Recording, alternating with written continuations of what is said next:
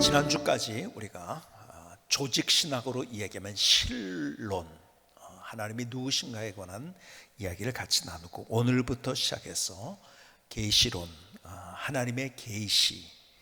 계시라는 것이 무엇인가? 계시는 하나님이 우리에게 어떻게 말씀하시고 나타내시는가에 관한 것을 공부하는 거예요. 계시라는 말의 문자적인 의미, 그것은 아포칼립시스라는 말인데요. 아포칼립시스, 이것은 아포라는 말과 칼립토라는 말 두 개가 같이 하나가 된 말이에요. 아포라는 말은 분리 혹은 제거라는 의미가 있고요. 그리고 칼립토라는 말은 베일을 덮다라는 말, 안 보이게 덮었다는 거예요. 얼굴을 덮었다는 거예요. 안 보이게. 마스크를 쓴 것보다 더 완전하게 이제 가린 상태를 얘기하는 거죠. 근데 그 가린 상태를 아포, 분리하고 제거했다, 그런 거예요. 그러니까 뭐로부터 베일을 벗기고 펼쳐서 보여주다는 말이에요. 그래서 사전적 정의로는 계시라는 것이 이것입니다. 하나님께서 구원의 신비와 거룩한 진리, 뜻과 섭리를 사람들에게 친히 나타내 보여주시는 거룩한 행위, 이것이 계시입니다. 근데 계시에는요 두 가지 종류가 크게 있어요. 하나는 일반 계시이고 또 하나는 특별 계시입니다. 일반 계시라는 것은 그야말로 하나님이 창조하신 우리의 자연의 모든 것들을 통해서 우리에게 말씀하시는 게 있어요. 자연을 보면서 정말 정직하게 우리가 자연을 본다고 하면 하나님이 누구신지를 알게 되는 거죠. 그러니까 미국의 제일 유명한 그 과학 기술이 집약된 나사라는 그곳에, 그래서 70-80% 이상이 크리스찬이죠. 다른 데보다도 과학자들이 모인 데들이 훨씬 더 크리스찬 비율이 높습니다. 그러니까 일반 계시는 하나님의 창조에 하신 자연을 통해서 우리에게 보이시는 하나님, 계시하시는 하나님. 그래서 로마서 1장 20절에는 이렇게 말씀하시죠. 창세로부터 그의 보이지 않은 것들, 곧 그의 영원하신 능력과 신성이 그가 만드신 만물에 분명히 보여 알려졌나니. 자, 보세요. 하나님은요, 하나님이 창조하신 자연을 통해서, 세계를 통해서 하나님의 영원하신 능력과 신성, 하나님의 하나님 되심을 우리에게 분명하게 보여주신다는 거예요. 그래서 계속, 그러므로 그들이 핑계하지 못할지니라. 정직하게 의미를 갖고, 그리고 심각하게 우리의 자연을 보면 하나님이 누구신지, 하나님의 존재를 알 수 있고, 그리고 하나님이 누구신지를 알 수 있다는 거죠. 하나님은 자연을 통해서 우리에게 말씀하셨어요. 여러분이 잘 아는 뉴턴이라는 과학자가 있습니다. 뉴턴이라는 과학자가 근대 수학의 기초가 되는 미적분을 발명을 했어요. 그래서 미분이라는 것 한번 생각해 보시겠어요? 이것은 요 근래에 이것이 응용이 돼가지고 사회학, 경제, 금융, 공학 모든 것에 지금 밑바탕이 되는 그러한 수학적인 그런 학문입니다.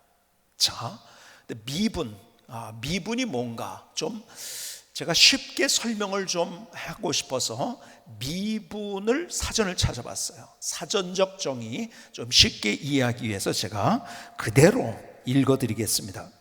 미분은 어떤 운동이나 함수의 순간적인 움직임을 서술하는 방법이다. 어떤 함수의 미분이란 그것의 도함수를 도출해내는 과정을 말한다.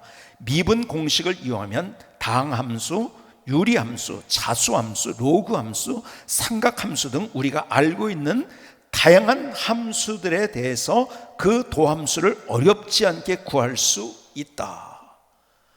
정의를 보는 순간에 미분이 더 어려워지기 시작했어요. 그걸 알면은 다양한 함수들에 대해서 그 도함수를 어렵지 않게 구할 수 있다고요? 산수도 어려운데, 그렇죠?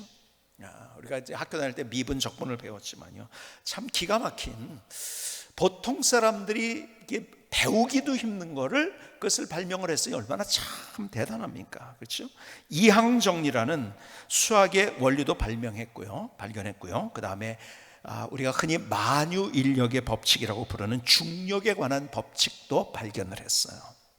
유명한 사과가 떨어지는 걸 보고 발견했다고 뭐 얘기를 하는데 그런 이제 에피소드가 있죠. 어쨌든 지금 뉴턴이라는 사람은 가만히 연구해 보면요, 고대에서부터 현대까지에 걸쳐가지고 많은 과학자들이 있었지만 그 중에 가장 대표적인 뛰어난 과학자를 친다고 하면은 누구라고 할 것인가? 뭐 근래 가까운 과학자들도 있었고, 뭐 호킹도 있고, 그 다음에 무슨 뭐 아인슈타인도 있고 하지만은 그러나 이 사람을 능가할 사람은 없다고 생각이 되어집니다. 그리고 사람들이 그렇게 또 얘기를 해요. 철학자 데이비드 휴미라는 사람은 뉴턴은 지금까지 태어난 가장 위대하고 유례 없는 천재였다. 호킹 박사는 이렇게 얘기합니다. 뉴턴은 과학사에서 대적할 자가 없는 거인이다. 여러분 가만히 보면은 이 사람은 연구해 보면은 정말 많은 훌륭한 과학자들이 있었지만 그 과학자들 중에서 대표가 될 수 있는 과학자였었죠. 근데 재미있는 거는요, 이분의 생애를 연구해 보니까요, 과학을 연구한 것 이상으로 이 사람이 뭘 연구했는지 아세요? 성경을 연구했더라고요. 그러니까 과학자니까 과학적인 것을 연구하고 리서치를 하는데요, 그것 이상으로 성경을 읽었어요. 그러니까 어떻게 되죠? 하나님께서 그에게 특별한 지혜를 더 주신 것 같아요. 더 특별한 지혜를. 그래서 성경을 읽었을 뿐만 아니라 그 성경을 삶 속에 적용을 하고, 그리고 참 성경대로 살았던 사람이에요. 그런데 이분이요, 어떤 운동을 벌였냐면 그 당시 가난한 사람들에게 성경 사주기 운동을 벌였어요. 성경 사주기 운동이 뭐냐? 여러분, 우리는 뭐 성경 뭐 자기가 사면 되지 그러지만은 그 당시에는요, 성경이 굉장히 비싼 거였잖아요. 인쇄술이 그렇게 지금처럼 발전하지 않았을 때니까 성경 한 권이 얼마나 비싸냐면 가난한 집에서는 그것이 보배 갑오로 이을 수 있는 어떤 것보다 비싸고 소중한 것이 되는 거죠. 그러니까는 성경을 직접 접하지 못하는 사람을 위해서 성경을 이제 사주는 운동을 벌였어요. 그래서 가만히 제가 이 뉴턴에 대해서 연구하다가 그래서 이 영국이라는 나라가 그래서 어느 나라보다도 부흥운동이 일어났고 그 부흥운동 때문에 역사 속에서 유럽의 본토에서 있었던, 예를 들어서 프랑스 혁명 같은 피비린내 나는 혁명이 일어나지 않았구나, 그리고 전쟁이 일어나지 않았구나, 그런 생각을 갖게 됐어요. 왜냐하면 그래서 영국이 그런 혁명 없이 근대 국가로 갈 수 있었던 이유가 이런 성경을 읽고 성경 중심적인 그런 운동들이 일어났기 때문이고, 거기에 정말 기여한 사람 중에 하나가 누구냐? 바로 뉴턴이라는 사람이죠. 뉴턴은 이런 운동도 벌였어요. 그 당시에 런던에 50개 교회를 세우는 운동을 벌였더라고요. 그때 그 운동을 열심히 참여했고 헌금을 했더라고요. 참 뉴턴이 대단했더라고요. 그러니까 그 당시에 자기가 하나님 앞에서 자기의 물질도 어떻게 사용하는 것이 가장 좋은가를 생각하면서 그 당시에 가장 중요한 일에 그의 에너지와 그리고 물질을 사용했다는 거예요. 저희도 지금 이제 거의 이제 막바지 단계에 이제 많이 와 있는데요, 우리가 분리개척을 하고 있어요. 하면서 참 감사한 것은요, 헌금을 분리개척을 위해서 하자는 소리를 한 번도 안 했는데 벌써 굉장히 많은 수천만 원의 헌금을 이미 하신 분들이 많이 계세요. 참 감사하죠. 그러니까 지금 이 시대에 하나님께서 원하시는 게 무엇인가, 거기에 에너지를 쏟을 때 하나님께서 그것을 통해서 위대한 일을 이루신다는 거예요. 뉴턴 시대에 또 그랬던 것처럼 어쨌든 이 뉴턴이요, 만유인력을 설명한 원리의 마지막 부분에서 그는 이렇게 기술을 했어요. 한번 들어보시겠습니다. 나는 내가 세상에 어떻게 비춰지는지 잘 알지 못합니다. 그러나 적어도 내게 있어 나 자신은 진리의 큰 바다가 아직 밝혀지지 않은 그대로 아득히 놓여있는 바닷가에서 뛰놀면서 좀 더 둥그스름한 조약들을 찾았거나 보통 것보다 더 예쁜 조개를 주었다고 좋아하는 작은 소년에 불과합니다. 이해가 가시죠? 큰 바다, 명사심리 같은 그런 바다보다 더 큰 바다. 미국의 마이애미 쪽에 가면은 수백 킬로가 되는 그런 뭐죠? 수십 킬로가 되는 그런 큰 이 해변도 있잖아요. 하얀 모래로 된 그런 해변도 있는데요. 근데 그런 데서 작은 조약돌 하나를, 근데 옆에 있는 친구보다 조금 더 잘생긴 거, 조금 더 좋아 보이는 것을 발견한 것 뿐이라는 거죠. 자기의 과학적인 발견은. 그리고 하나님이 얼마나 위대하신지, 하나님이 얼마나 놀라우신지, 하나님이 얼마나 기가 막힌 분이신지. 그래서 그는 그의 생애의 목표는 뭐냐면 자연을 통해서 계시하시는 하나님이 누구신가, 그 하나님을 증거했던 사람이죠. 여러분 잘 아는 지동설을 주장한 갈릴레오 갈릴레이라는 사람 잘 아시죠? 우리가요, 많은 사람들이 이렇게 오해를 하고 있어요. 갈릴레오 갈릴레이가 지동설을 주장하니까 성경에와 반대되는 이론을 과학적으로 해가지고, 그래서 파문이 되고 무슨 뭐 이단이라고 그래서 파문이 되고 하는 그런 사건들이 있었다 하는 것을 알고 있어요. 그래서 그 사람은 과학자이기 때문에 성경에 반대되는 이야기를 한 사람이다, 이 얘기를 해요. 여러분 이것처럼 큰 오해는 없습니다, 역사 속에서. 여러분 갈릴레오 갈릴레이는 어떤 사람이냐면요, 신앙이 돈독한 분이에요. 그래서 수도사가 되려고 했는데 아버지가 야, 우리 집이 가난하니까 의사가 됐으면 좋겠다, 그래서 의사 공부를 하다가 수학에 빠져드는 거예요. 수학자가 되고 그 다음에 이제 천문학을 연구하고 이렇게 된 사람이 됐죠. 그리고 그가 지동설을 주장했어요. 그러니까 로마 캐톨릭이 잘못된 거, 성경이 잘못된 게 아니에요. 로마 캐톨릭에서는 성경에 있는 것을 본 것이 아니라 로마 캐톨릭이 오히려 어떻게 했는지 아세요? 피타고라스, 그러니까는 힐압의 유명한 수학자죠. BC 그 사람이 약 500년 600년에 살았던 그 사람인데요, 그 피타고라스라는 사람이 한 말, 그 사람은 천동설을 얘기했거든요. 그리고 그것이 누구에게 내려왔냐면 아리스토텔레스에 내려왔고, 그래서 힐압의 우주관을 마치 성경의 우주관인만 것처럼 그렇게 가르치고 있었던 거예요. 어디에서? 로마 캐톨릭이 잘못된 거죠. 성경이 언제 천동설을 주장한 적이 있나요? 근데 자기들은요, 성경에 있는 이야기가 아니라 힐압의 우주관, 피타고라스와 아리스토텔레스의 우주관을 가져와서 가르치고 있었던 거예요. 근데 아니다, 지동설이다, 그러니까 저 잘못되면 이단이야, 파문해야 돼, 그렇게 된 거잖아요. 아니에요. 이 갈릴레오 갈릴레는요, 아주 신실한 크리스찬이었어요. 그리고 그는 지동설을 주장하고, 근데 지동설을 완벽하게 증명하고 전 세계 지동설이 맞다고 결국 만든 중요한 인물이 누구냐면 아까 얘기했던 뉴턴이라는 사람입니다. 뉴턴. 여러분, 우리 갈릴레오 갈릴레이는 이런 얘기를 했어요. 그가 한 얘기를 한번 들어보시죠. 하나님은 우리에게 두 권의 책을 주셨는데 한 권은 자연이라는 책이고 다른 한 권은 성경이다. 우리는 하나님의 솜씨를 하나님이 주신 자연이라는 책에서 배운다.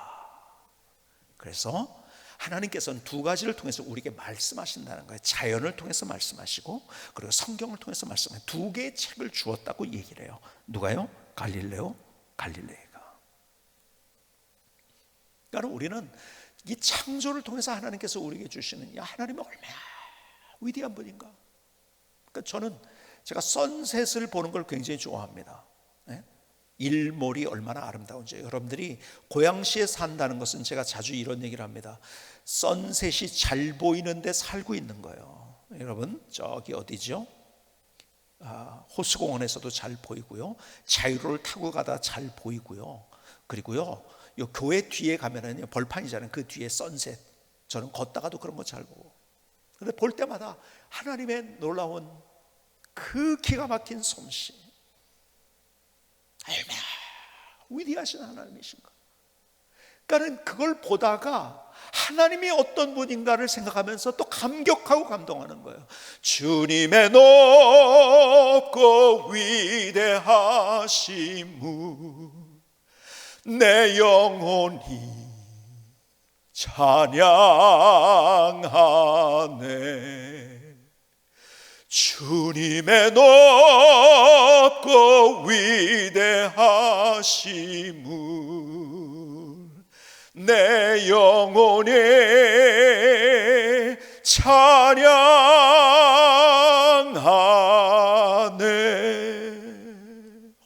얼마나 놀라시나. 자연을 보면서 그 자연의 질서가 얼마나 위대해. 지난주에 말씀에 우리가 조금만 질서가 떨어지면요, 우리는요 지구가 뿅 튀어나가서 여러분 공전의 그 질서를 우리가 이 지구가요 벗어나면 우리는 다 그냥 죽는 거예요. 얼마 이 하나님의 질서, 하나님의 위대하심, 하나님의 영원하신 하나님, 지혜로우신 하나님, 능력의 하나님, 하나님이 누구신가를 자연을 통해서 우리에게 보여주고 있는 거죠. 누가 이것을 만들 수 있겠단 말입니까? 아니, 자연이 어떤 것이 만들어진다고요? 아닌 거죠. 그래서 핑계치 못할 것이 정말 정직하게 우주를 보면은 하나님은 이 우주 만물을 통해서 하나님이 창조하신 것을 우리에게 계시해 주세요. 그것이 일반 계시예요. 그런데 두 번째, 우리가에게 무엇을 통해서? 특별 계시를 통해서 구체적으로 우리에게 또 말씀해 주세요. 여러분, 하나님의 말씀이 특별 계시예요. 하나님이 기록하신. 그래서 디모데후서 3장 15절로 16절은 이렇게 말씀합니다. 또 어려서부터 성경을 알았나니 성경은 능히 너로 하여금 그리스도 예수 안에 있는 믿음으로 말미암아 구원에 이르는 지혜가 있게 하느니라. 16절, 모든 성경은 하나님의 뭐라고요? 감동으로 된 것으로. 이 원어가 어떤 뜻이냐면 하나님께서 숨을 불어넣으셨다는 거예요. 어디에다가? 성경에다가. 그래서 하나님의 책이라는 거죠. 감동을 된 것으로 교훈과 책망과 바르게 함과 의로 교육하기 유익하다고 하셨어요. 여러분, 성경은 하나님이 우리에게 주신 특별한 책이에요. 여러분, 성경이 하나님의 말씀인 이유가 뭔지 아세요? 성경에서도 그것을 얘기하지만요, 객관적인 증거, 외적인 증거로도 우리가 알 수 있어요. 여러분, 성경을 보면은요, 거기에는 통일성이 있습니다.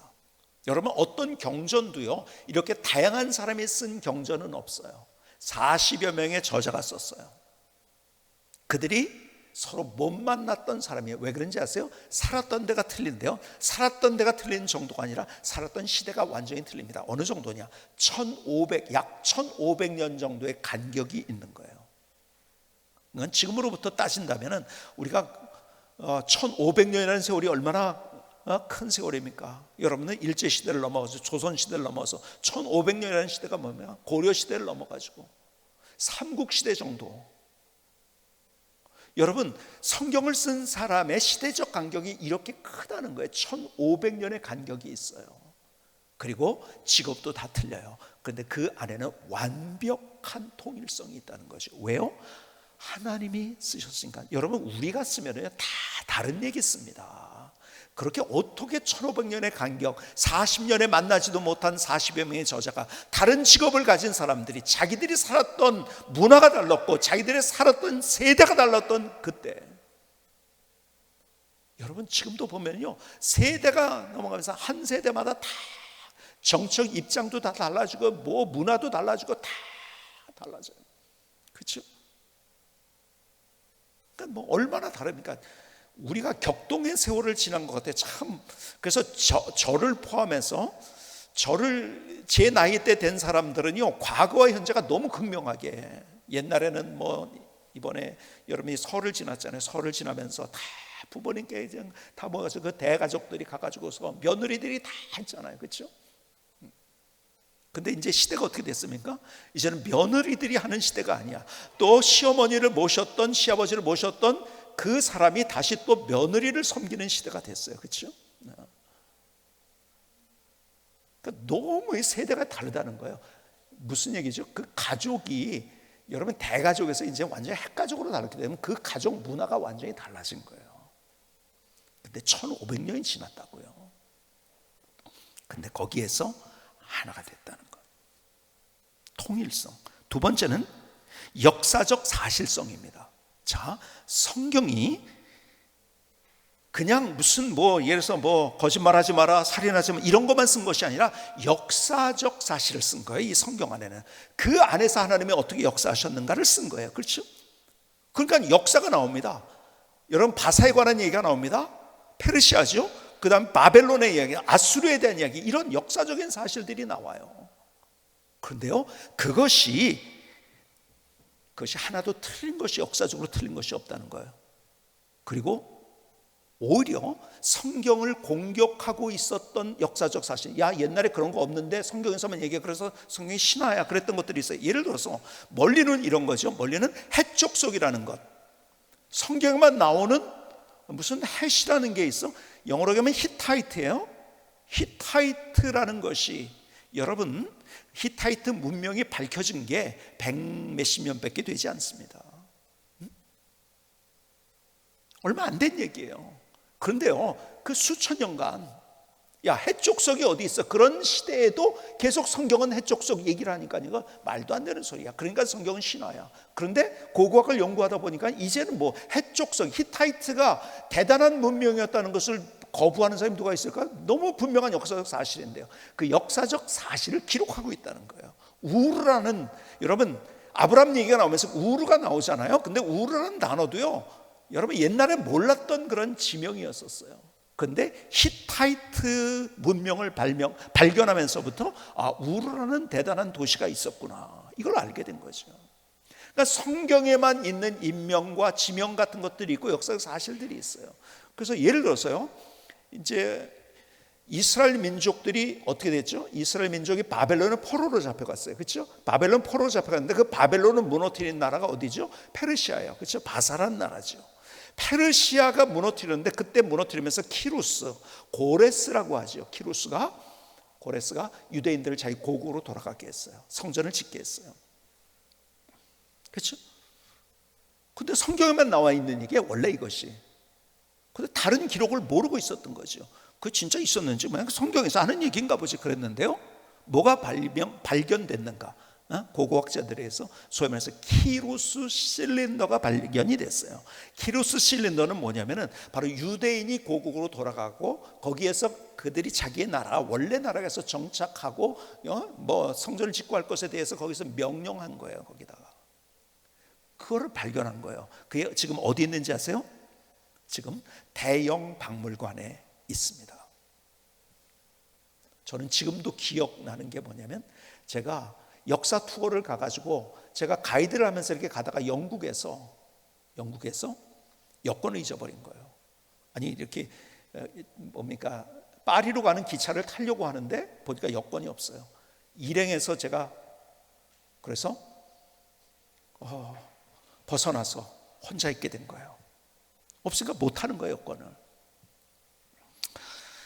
야, 기가 막히더라고요. 그래서 빨리 이제 그 인터넷으로 이제 내가 묵을 호텔을 제일 싼 데가 어딘가를 찾아가지고서 이제 하고, 그러고서 이런 기회에 내가 대형 박물관에 가가지고 내가 그동안 제대로 보지 못했던 거 혼자서 좀 봐야겠다. 같이 가면은 내가 보고 싶은 건 못 보잖아요. 그래서 가가지고서 그때 본 게 뭐냐면 키루스 실린더를 자세히 봤어요. 제가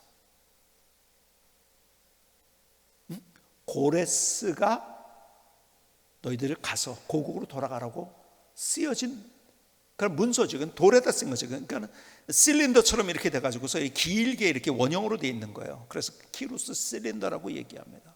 거기에 가니까요, 뭐가 있냐면, 여러분 무슨 관이면 아수르 관이 있습니다. 아시리아 관이 있는데요, 아시리아에 요즘 발견한 그러한 고고학적 발견들인데 거기에 벽화가 있어요.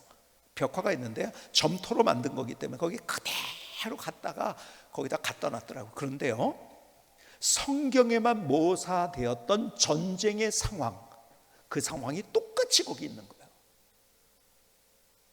여러분 그냥 그렇게 전쟁했나 보다. 그거는 뭐 그냥 자기가 알아서 쓴 거 뭐야, 그래서 엉터리를 썼는지 뭐가 했는데 이렇게 했던 것들이 보니까 벽화가 발견이 되는데요, 그대로 성경에 있는 그대로 거기에 벽화가 있더라고요. 그게 어디냐면 아수르에 있던 거를 가져온 거예요. 지금 아시리아에 있는 거를, 지금으로 얘기한다면 이라크죠. 이라크에 있는 걸 갖다가 그 대형 박물관에 있더라고요. 여러분 뭐 이런 얘기하자면 끝없는 얘기니까 오늘 설교가 안 끝나니까, 그렇죠? 여러분 이런 역사적인 것들이 나중에 몰랐던 것, 그런 것이 그냥 성경에만 있는지 알았더니 그것이 역사적인 사실이었다는 거예요. 다 하다못해 다윗이라는 것에 대한 기록이 고고학적으로 발견된 게 옛날에는 없었어요. 그냥 그렇게 내려올 뿐이지, 성경에서. 근데 그것이 텔단이라는 데서 다윗이 어떻고 이런 것에 대해서 이제 나오면서 이것이 다 역사적인 사실이었구나, 이런 것들을 알게 되는 거죠. 그러니까 이 이야기는 오늘 너무 길어져 가지고 여기까지 해야 될 것 같아요. 그 다음에 세 번째는 성경의 불멸성입니다. 뭔지 아세요? 성경처럼 공격을 받았던 책은 없습니다, 역사상. 그래서 초기 기독교들이 성경을 가지고 그들이 예수님 믿을 때 성경을 없애려고 로마에서 얼마나 그것을 불태우고 금서로 하고 그냥 다 갖다 봐요. 성경 보는 사람들을 괴롭히고. 근데 성경처럼 그렇게 뻗어난 책은 없어요. 여러분, 역사 속에서 다 얘기할 수 없지만 성경처럼 고난을 받은 책은 없습니다. 없애려고 했던 독재자들은 다 없애려고 했으니까요. 그리고요, 나중에 근대로 넘어오면서 철학자들이 저거 그냥 가공된 얘기, 신화가 써 있고 그리고 맞지도 않는 얘기 써 있기 때문에 그냥 성경은 자동적으로 소멸될 거야, 이렇게 얘기를 했어요. 그 대표적인 사람이 누구냐면 여러분이 잘 아는 볼테르라는 사람. 이 볼테르는요, 성경에는 허구와 모순으로 가득 차 있기 때문에 100년 이내에 없어진다는 거예요. 소멸될 거라고. 그러니까 관심도 갖지 말라고 그랬어요. 역사의 아이러니가, 근데 볼테르가 집무하던 사무실이 뭐가 됐냐, 국제 성서 공회가 된, 이런 아이러니가 있잖아요. 성경을 반포하는 것이. 여러분, 성경은 더 기가 막히게 역사하는 그 하나님의 책이 된 거죠. 성경이 불면서. 네 번째는 예언의 성취입니다. 예언의 성취. 시편, 예를 들어서 예언을 얘기하자면 오늘도 밤새도 안 되는 얘기죠. 근데 예수님이 십자가상에 달리실 때 쓴 것에 대한 예언도 마찬가지예요. 시편 22편에 보면 겉옷을 나누고 속옷을 제비 뽑을 것에 대해서 예언을 하셨어요. 그대로 됐잖아요. 조롱과 모욕을 받으실 것에 대해서. 이사야 53장에는 죄인과 십자가에 달리실 것, 그리고 침묵으로 곤욕을 받으실 것. 미가서 5장에는 베들레헴에 나실 것. 아주 구체적인 모든 예언들이 그냥 막연한 예언이 아니에요. 구체적인 예언들이 다, 이거는 끝없는 얘기예요. 물론 그 안에 그림자적인 예언 사건들도 있어요. 그래서 출애굽을 통해서 우리의 구원이 뭔지, 성막을 통해서 우리에게 보여주는 그런 많은 것들이지만 직접적인 예언도 얼마나 많은 것들이 있는지요. 그건 다 할 수 없는 거예요. 은삼십에 팔리실 것, 이런 것까지 다 예언이 되어 있었잖아요. 그렇죠? 예언의 성취성, 이것이 객관적으로 하나님의 말씀인 거죠. 더 나아가서 변화시키는 능력. 여러분, 성경처럼 사람을 변화시킨 책은 없습니다. 그리고 성경을 진짜 진지하게 연구한 사람들마다 그 앞에서 다 변화가 돼요. 극적인 드라마틱한 변화, 다른 것을 통해서는 이런 역사들이 없어요. 예를 들어서 배너를 쓴 사람, 성경에 대해서 모순을 파헤치려고 연구했던 사람이, 진짜 진지하게 연구한 사람은 나의 주 나의 하나님이시여, 그가 변화되어지고 그리고 쓴 책이 배너잖아요. 유명한 책이 됐잖아요. 조시 맥도웰이라는 사람이 있어요. 이분도요, 똑같이 내가 성경의 모순을 한번 내가 멋있게 논문을 써가지고 이거 성경이 잘못됐다는 걸 얘기해야겠다고 가가지고서 영국뿐만 아니라 유럽의 많은 도서관을 다니면서 연구하고 책 문서를 뒤지고 역사를 연구하다가 하나님만 진짜 하나님이시고 예수님이 나의 구세주는 그걸 알게 됐고, 그가 변화되어 가지고요, 미국에서 세계적인 그러한 복음 전도자가 된 거예요. 성경을 정말 그냥 대충 보지도 않고 성경 잘못됐어 이런 사람 말고요, 진짜 그것을 연구해 가지고 잘못됐던 것을 얘기하는 사람은 다 그 안에서 극적인 드라마가 일어났던 거죠. 더 나아가서 여섯 번째로, 성경처럼 분명한 진리를 담고 있는 것이 없어요. 자 보세요. 어떤 경전에 어떤 절대자 하나님이 누구신지 그렇게 분명하게 쓴 책이 있나요? 사람이 누구에 대한가에 대해서 분명하게 쓴 책이 있나요? 없어요. 여러분, 우리가 죽음 후에 어떻게 될 것인가에 관해서 더 분명하게 쓴 책이 있을까요? 없어요. 여러분, 다른 모든 경전들은 막연합니다. 그냥. 왜요? 모르니까. 그러나 하나님께서 쓰신 책이기 때문에 우리를 알아요. 하나님이 누구신지 알고. 그래서 이런 거죠. 매뉴얼과 같은 거죠. 여러분이 차를 타면은 차를 운전하면 그 매뉴얼이 있어요, 그렇죠? 그 매뉴얼을 잘 봐야 돼요. 여러분 뭐든지 어떤 전자제품을 사도 그렇고 매뉴얼을 잘 봐야 돼요. 근데 매뉴얼을 안 보고 그냥 쓰는 사람이 있어요. 그러면요, 그거 제대로 사용을 못 해요. 그 매뉴얼을 누가 만들었나요? 이것을 만든 사람이 매뉴얼을 만든 거예요. 왜? 알거든요. 그러니까 이렇게 사용하는 거라고. 이게 맞다고. 근데 내 마음대로 사용하잖아요? 안 되는 거죠, 그렇죠? 요즘 보니까 제가 가끔 물어봐요. 차를 타는데 매뉴얼을 봤냐고 물어보니까 거의 대부분 10명 중에 9명은 매뉴얼을 안 보고 차를 타더라고요. 그러니까 차에 뭐가 좋은지를 몰라요. 여러분 요즘 차들이 대부분 요 근래 나오는 차들은 어떤 그 차의 기능이 하나가 있냐면은 오토 홀드라는 게 있어요. 오토 홀드. 여러분 가운데 보면 다 그게 있어요. 근데 제가 차를 타고 남의 차를 타면은 제가 꼭 물어봐요. 이 오토 홀드를 사용해 봤냐? 안 해봤대요. 뭔지 아느냐? 모른대요. 10명 중에 9명이 모르더라고요. 오토 홀드를. 제가 가르쳐줘요. 오토 홀드가 뭔지 아세요?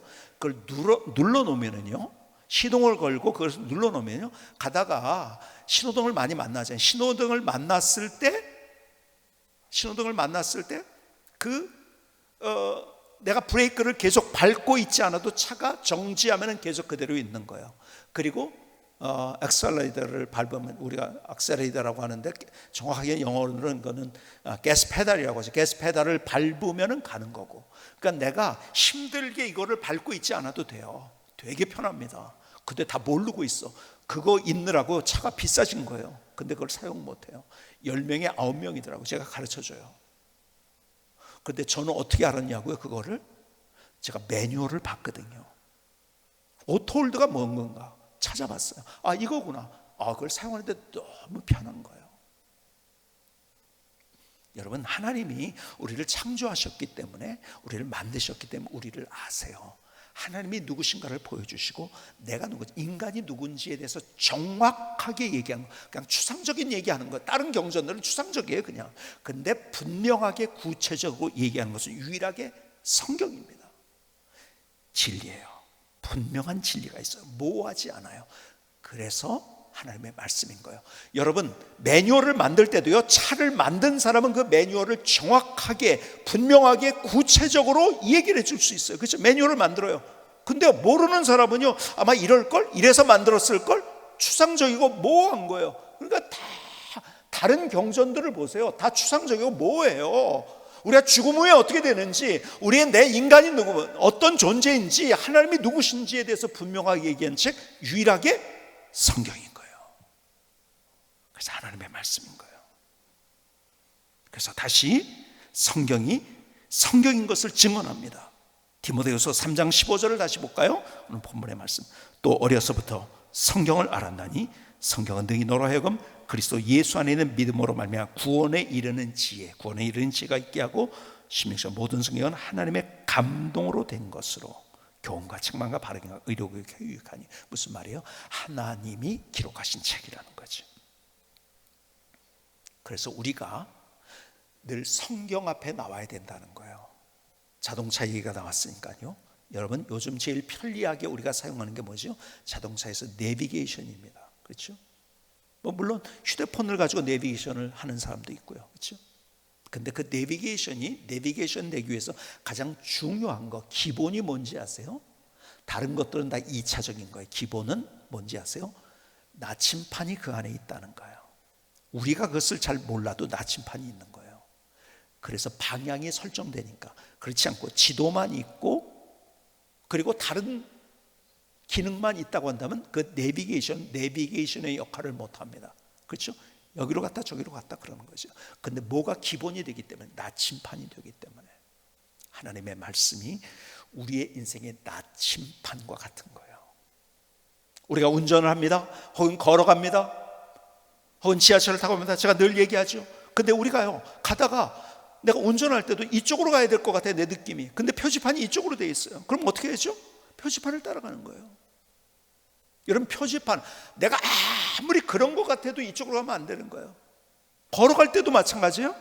내가 지하철을 갈아탈 때도 마찬가지예요. 느낌을 쫓아가면 내가 원하는 데 반대로 가는, 표지판이 이쪽이면 내 느낌은 이쪽으로 해도 여기를 따라가는 거예요. 그래야지 내가 원하는 길로 가는 거예요.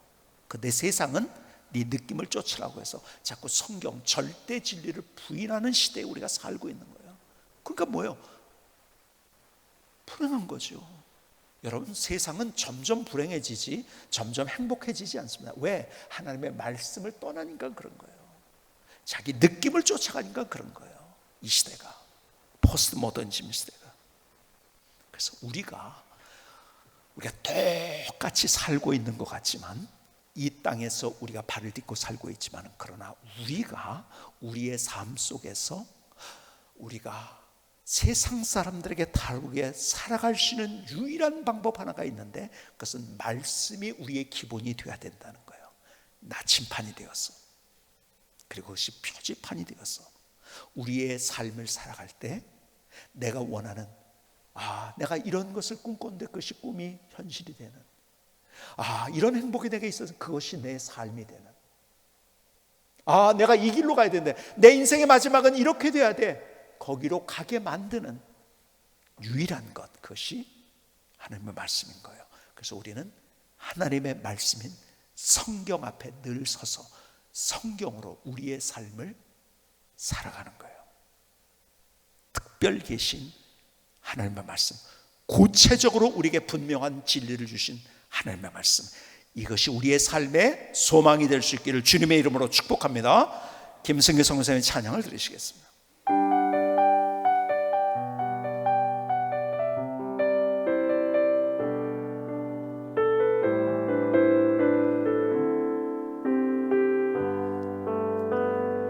주 하나님, 창조의 말씀을 통해 그분의 능력과 위대함을 보여주시죠. 주 하나님, 성경의 약속을 통해 우리에게 살아서 역사하시죠. 하늘과 땅을 통하여, 달과 해를 통하여, 구름과 별을 통하여 보게 하시네. 바다와 산을 통하여, 나무와 숲을 통하여, 새들과 꽃들 통하여 말씀하시네. 나의 눈을 열어 보게 하소서. 주님의 율법 안에서 놀라운 것을 보게 하소서. 성경의 진리 앞에서 멋진 인생을 열어요. 하나님의 사랑이 담긴 성경이 우리의 보배.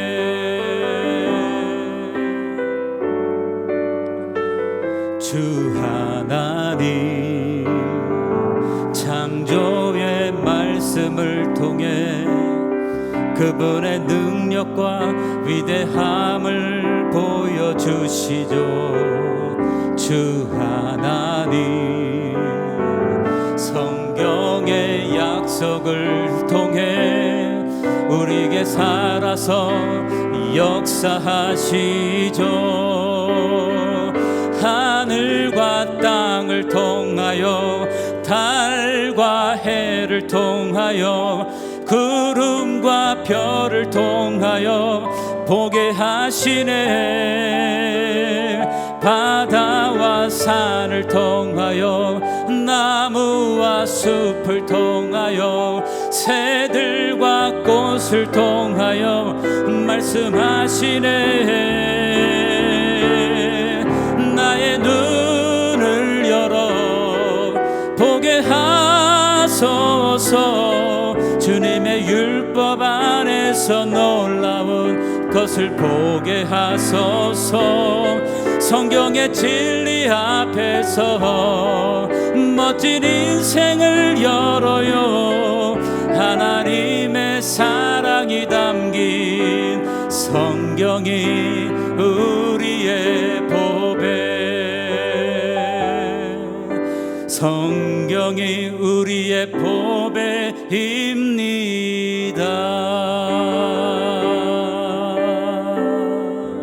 아멘. 하나님, 나의 고백입니다. 나의 결단. 주님, 나를 받아주시 하나님 감사합니다. 감사. 우리가 인생을 살아가면서 막힌 것 같은, 문이 닫혀진 상황, 그리고 담이 있는 상황, 무너질 수 없는 성벽이 있는 것 같은 그런 상황들을 우리가 경험합니다. 그렇죠? 특별히 코로나 시대를 걸어가면서 우리는 야, 이거 다 막혔네, 이거 어떻게 해야지? 우리 여기 선교사님들도 있지만 선교사님들이 지금 선교 현장으로 가고 싶은데, 물론 현장에 계신 분도 있지만 가고 싶은데 못 들어가는 거예요. 막혀 있죠. 그렇죠? 여러분, 뭔지 모르지만 막혀 있는 것 같은 그런 상황들이 있어요. 그것을 어떻게 열 수 있는지 아십니까?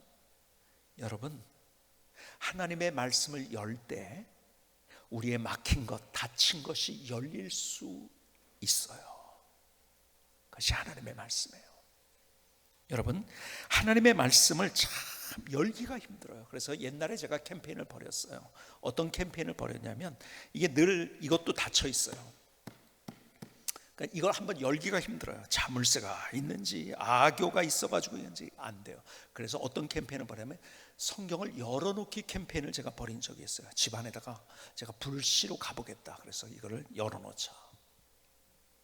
제가 아주 목회하는 할 때 초창기에, 지금 그 기억하는 여기도 몇 분이 계실 거예요. 그때는 대신방이 있었어요. 각 가정에 가서 예배도 드리고 기도도 하고 그랬는데요. 그때 제가 뭘 준비해 갔냐면 스티커 한 장을 준비해 갔어요. 스티커에다가 그것도 잘 보이라고 뭘로 했냐면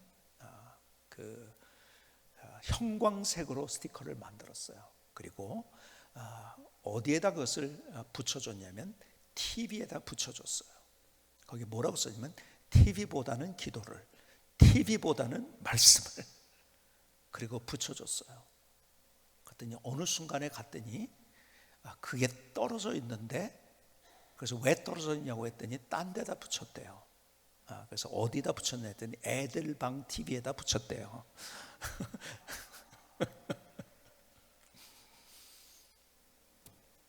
어쩌면 좀 부담스러웠죠, 그렇죠? 그런데 그게 우리가 세상에 있는 많은 소리들에 의해서, 그것이 보면은 나에게 재미를 주고 흥미를 주는 것 같지만, 그런 것들이 하나님의 말씀이 내 안에 들어오는데 그걸 막는 그런 일들이 너무 많이 있다는 거죠. 그래서 우리가 조금 더 하나님의 말씀을 열자, 보자. 그리고 하나님의 말씀을 열고 우리의 눈을 열어서, 그래서 주님께서 우리에게 보여주시는, 열려주시는 것을 봐야 된다. 그래서 시편 110편 18절은 우리에게 이렇게 말씀합니다. 내 눈을 열어서 주의 율법에서 놀라운 것을 보게 하소서. 내 눈을 열어서 주의 율법에서 놀라운 것을 보게 하소서. 무슨 말입니까? 하나님, 내가 세상의 눈을 여는 것이 아니라 하나님의 말씀의 눈을 열겠습니다.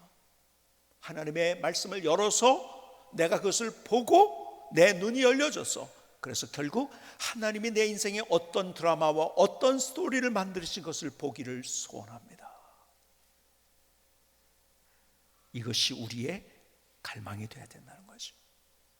그래서 우리가 이번에 연초에 우리가 함께 만들었던 것 가운데 하나가, 우리가 통독반을 만들었어요. 많은 분들이 300여 명 가까이 참여를 했어요. 많은 분들이 해서 놀라운 간증들이 있고요. 그래서 거기에는 통독반에 우리가 그러니까 단톡방을 만들죠. 그러면은 만들어 가지고 다른 얘기, 뭐 정치적인 얘기나 이런 거 하면 안 돼요. 그래서 못하게 하고, 그리고 하나님 말씀 읽고 거기에 대해서 아멘 그것만 쓰고. 근데 함께 그렇게 하니까요, 같이 거의 완주, 혼자 할 때는 안 되는데요, 작년에도 보니까 그렇게 하니까 거의 완주를 하더라고요. 그리고 놀라운 간증들이 있고요. 좋으니까 또 참여를 하고요. 제가 그래서 한 번 더 기회를 만들려고 해요. 3월 첫 주부터 시작하는 통독반이 시작됩니다. 광고에 드린 대로 여러분들이 교회에 연락도 하시고 문자도 또 보내줄 거예요. 그럼 그거 체크를 하시면 돼요. 그러면 여러분들의 통독방에서 함께 그게 하게 될 거예요. 왜 그러냐? 같이 우리가 할 때 시너지가 일어나기 때문에 그런 거예요. 혼자 하려면요 가다가 포기합니다. 여러분, 성경을 연다는 것 쉬운 일이 아니에요. 제 인생을 보니까 결국 제 인생이 답답할 때가 있었어요. 근데 성경을 열면서 하나님께서 그 답답한 것을 마치 막혀진 수도관을 그 하수구를 뚫은 것처럼 팡 뚫게 해주시는 하나님.